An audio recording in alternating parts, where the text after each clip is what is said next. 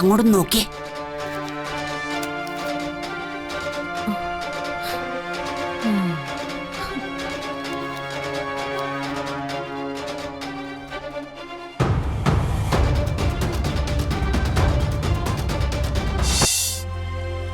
ഈശ്വര, ഈ ഓട്ടപ്പാച്ചിലിനുള്ള കൂലി എന്റെ കുഞ്ഞിന് കൊടുത്തേക്കണേ.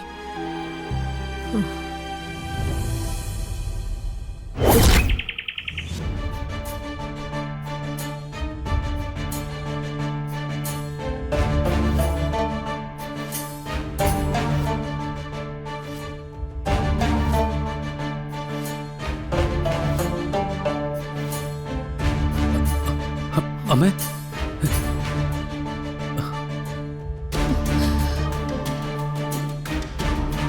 നിനക്ക് വയ്യാതെ കിടക്കുമ്പോ അടുത്തിരുന്നൊന്നും നോക്കാൻ പോലും പറ്റുന്നില്ലല്ലോ മോനെ.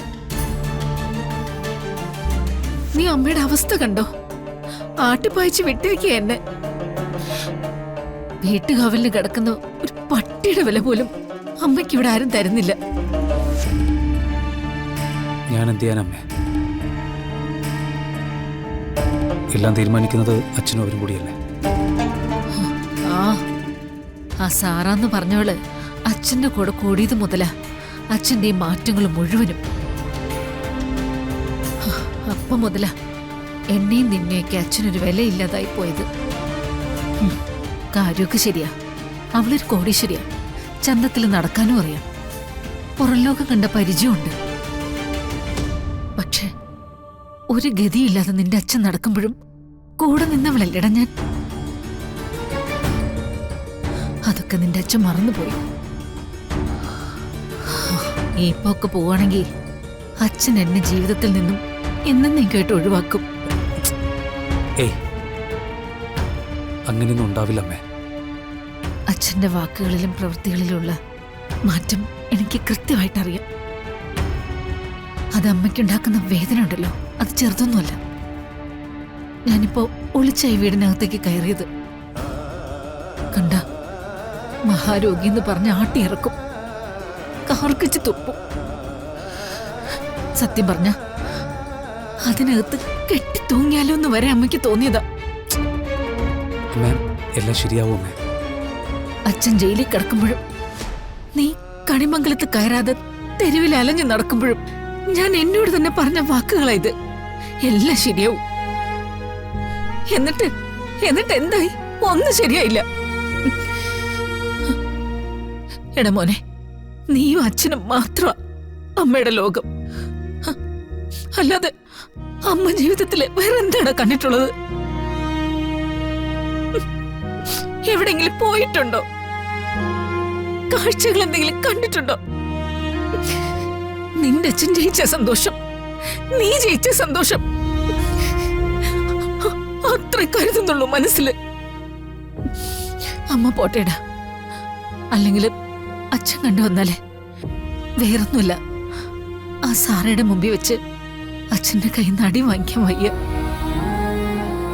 അതൊരു പെണ്ണിന്റെ തോൽവിയാ. ശരി മോനെ.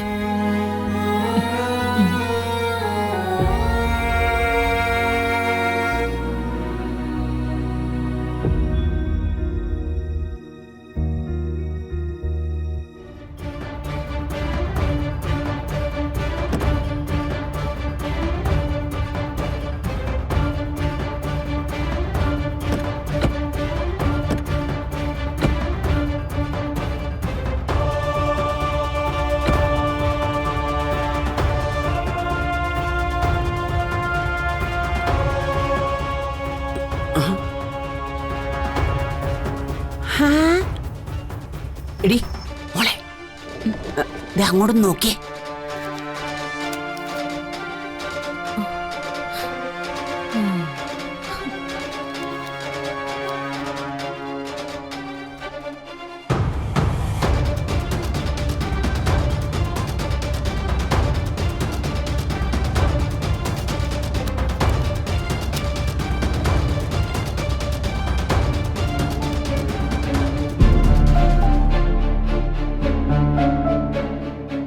പൊതിച്ചോറ് കൊടുത്ത് കാശ് വാങ്ങലും ഒരർത്ഥത്തിൽ കൈനീട്ടില് തന്നെയല്ലേ മുത്തശ്ശി?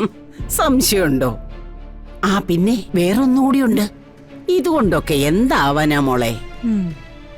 ഇങ്ങനെ കൈനീട്ടിക്കൊണ്ടിരുന്നാലേ ജീവിതകാലം മുഴുവൻ അവൾ ഇത് തന്നെ ചെയ്തോണ്ടിരിക്കും.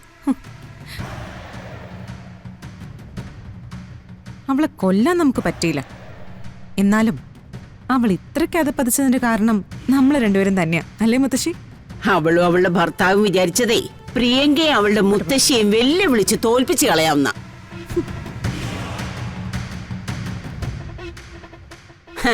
അതിനൊന്നും അവളും വളർന്നിട്ടില്ല, അവളുടെ ഭർത്താവും വളർന്നിട്ടില്ല.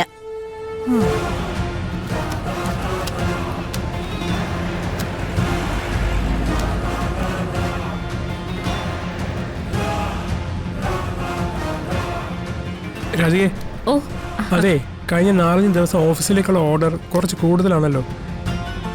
അതങ്ങനെ തന്നെ തുറന്നോളൂ. നാളെ മുതലേ ഒരു 11 പൊതിച്ചോറും കൂടി വേണം. കുഴപ്പമൊന്നുമില്ലല്ലോ? കുഴപ്പമില്ല സർ, ചെയ്യാം.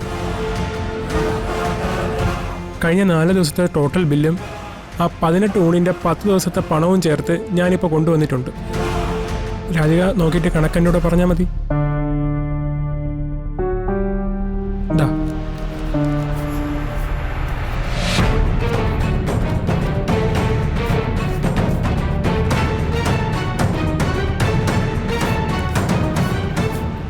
എടി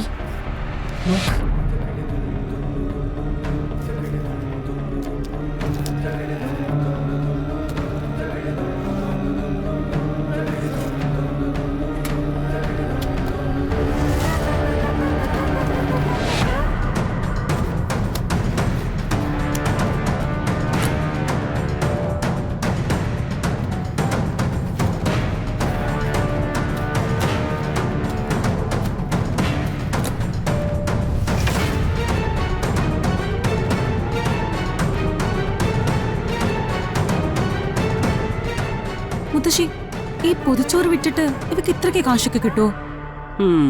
ഇത് എന്റെ മനസ്സിൽ പോയില്ലല്ലോടി മോളെ. ഇത് എന്ത് കഥയാ ഇത്? ഈ നിലയ്ക്കാണ് അവളുടെ കയ്യിൽ കാശ് വന്ന് ചാടുന്നെങ്കിലേ 1 കൊല്ലം കഴിയുമ്പോ തന്നെ അവള് നമ്മളെക്കാളും മേലെ ആവുമല്ലോ മുത്തശ്ശി. ഈ നാശം പിടിച്ചവക്ക് എവിടുന്നെങ്കിലും ഒരു രക്ഷ കിട്ടിക്കൊണ്ടേയിരിക്കുമല്ലോ. മുത്തശ്ശി, ഇനി വളരാൻ ഇവളെ വിട്ടിട്ട് നമ്മൾ കാഴ്ചക്കാരായി നോക്കിയിരുന്നിട്ട് കാര്യമില്ല. അവളെ തകർക്കണമെങ്കിൽ ഇപ്പൊ തന്നെ തകർക്കണം. അവൾ ഇനി കച്ചവടം ചെയ്യണ്ട. കുറച്ചു കാലത്തേക്ക് അവൾ ഇത് ചെയ്യാൻ പാടില്ല. അല്ല മോളെ, അതിനെന്താ ഒരു മാർഗം? ആക്സിഡന്റ്.